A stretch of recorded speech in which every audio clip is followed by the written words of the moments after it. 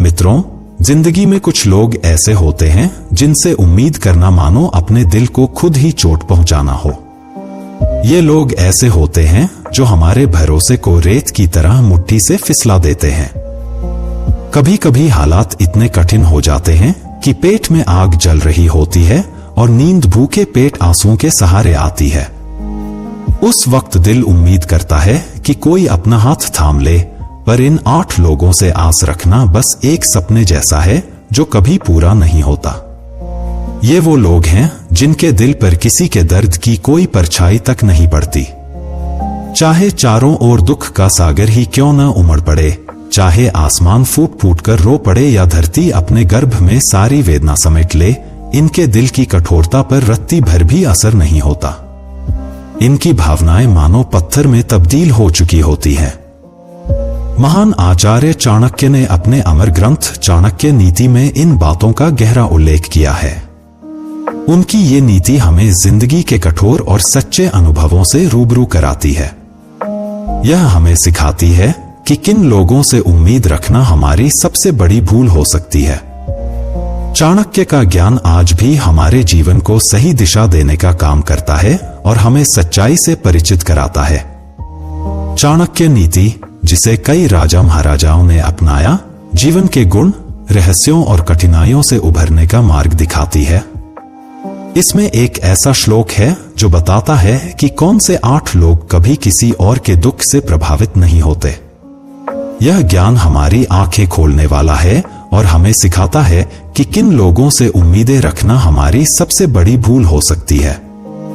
Video शुरू करने से पहले आपसे निवेदन है कि अगर यह जानकारी उपयोगी लगे तो वीडियो को लाइक करें, चैनल को सब्सक्राइब करें और कमेंट में जय मां लक्ष्मी लिखना न भूलें। तो आइए जानते हैं वो 8 लोग कौन हैं जिनसे उम्मीद करना सही नहीं है। राजा का सबसे बड़ा धर्म है न्याय और कानून का पालन करना। शासन व्यवस्था हमेशा नियमों से बंधी होती है, उसमें किसी के दुख या भावनाओं के लिए जगह नहीं होती।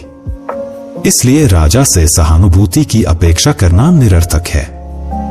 वह केवल राजधर्म निभाने में विश्वास रखता है, चाहे कोई कितना ही दुखी क्यों न हो। राजपाट का भार और प्रजा का न्याय उसे भावनाओं से परे कर देता है।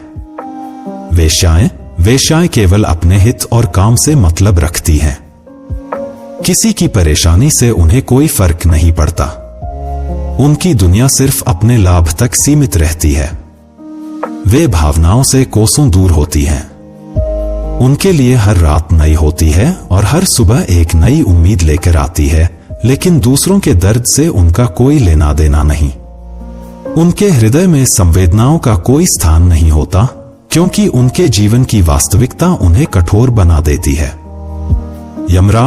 यमराज जो मृत्यु के देवता माने जाते हैं, उनका कार्य जीवन का अंत करना है। वे भावनाओं से परे होते हैं। अगर वे लोगों की पीड़ा को समझने लगे तो संसार का संतुलन बिगड़ जाएगा। उनसे दया की उम्मीद करना व्यर्थ है। मृत्यु का समय निश्चित है और यमराज का हृदय कठोर। मृत्यु के कठिन नियमों का पालन उनके लिए कर्तव्य है और यही संतुलन बनाए रखता है। आग का स्वभाव ही जलाना है। वह जीवनदायिनी भी है और विनाशकारी भी। आग किसी के दुख दर्द को महसूस नहीं करती। इसका प्रकोप हमेशा विध्वंस ही लाता है।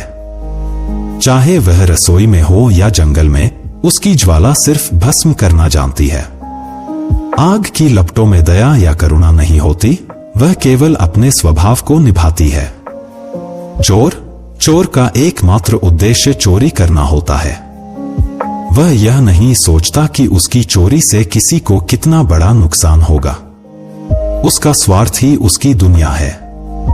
किसी के आंसू या किसी की चीखें उसके कानों तक नहीं पहुंचती।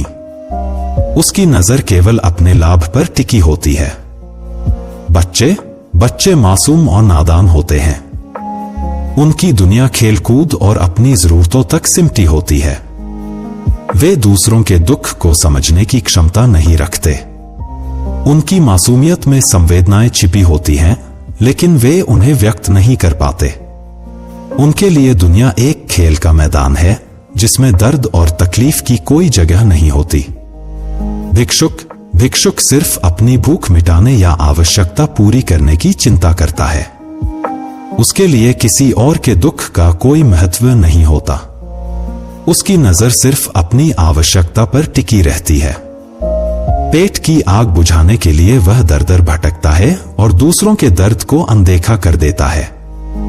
भिक्षा का जीवन उसे केवल अपनी जीविका पर ध्यान केंद्रित करने के लिए मजबूर कर देता है। उपद्रव मचाने वाले लोग, गांव या समाज में उपद्रव मचाने वाले लोग दूसरों को परेशान करने में ही आनंद लेते हैं। उनके लिए दूसरों की पीड़ा का कोई मूल्य नहीं होता। वे खुश होते हैं जब किसी का जीवन बर्बाद हो जाए, क्योंकि उनके लिए उथल पुथल ही जीवन का सार है। वे अपने स्वार्थ में इतने लिप्त होते हैं कि मानवता का कोई महत्व नहीं रखते। मित्रों, चाणक्य ने स्पष्ट रूप से बताया कि इन 8 लोगों से दया या सहानुभूति की उम्मीद करना व्यर्थ है। ये अपने स्वभाव के अनुसार कार्य करते हैं और दूसरों के दुख दर्द से पूरी तरह अछूते रहते हैं। ऐसे लोगों से दूर रहना ही बेहतर है। अब जानिए वे 9 लोग जिनसे पंगा लेने का अंजाम बुरा हो सकता है। शस्त्र रखने वाले से विवाद नहीं करना चाहिए, क्योंकि क्रोध में वह हथियार का प्रयोग कर सकता है। जो व्यक्ति आपके गहरे राज जानता हो, उससे विरोध नहीं करना चाहिए, क्योंकि वह आपके रहस्यों को उजागर कर सकता है। मालिक या राजा से शत्रुता नहीं करनी चाहिए, क्योंकि उसकी शक्ति से बड़ा नुकसान हो सकता है। मूर्ख व्यक्ति से झगड़ा करना समय और सम्मान दोनों की हानि है। अमीर व्यक्ति से पंगा नहीं लेना चाहिए, क्योंकि वह पैसे से न्याय और कानून को भी झुका सकता है। डॉक्टर से विवाद करना ठीक नहीं है, क्योंकि संकट के समय वह आपकी मदद न करके नुकसान पहुंचा सकता है। याचक या सूचना देने वाले व्यक्ति से भी बुराई मोल लेना उचित नहीं है, क्योंकि वह आपके भेद खोल सकता है। वक्ता, कवि या लेखक से भी दुश्मनी नहीं करनी चाहिए, क्योंकि उनकी कलम आपकी छवि खराब कर सकती है। खाना बनाने वाले से झगड़ा करना भी सही नहीं है, क्योंकि वह भोजन में अनिष्ट कर सकता है। अगर ये बातें आपको अच्छी लगी तो वीडियो को लाइक करें, अपने दोस्तों के साथ शेयर करें और चैनल को सब्सक्राइब करना ना भूलें। अगले वीडियो में फिर मिलेंगे, तब तक कमेंट में जय मां लक्ष्मी लिखकर उनका आशीर्वाद लें।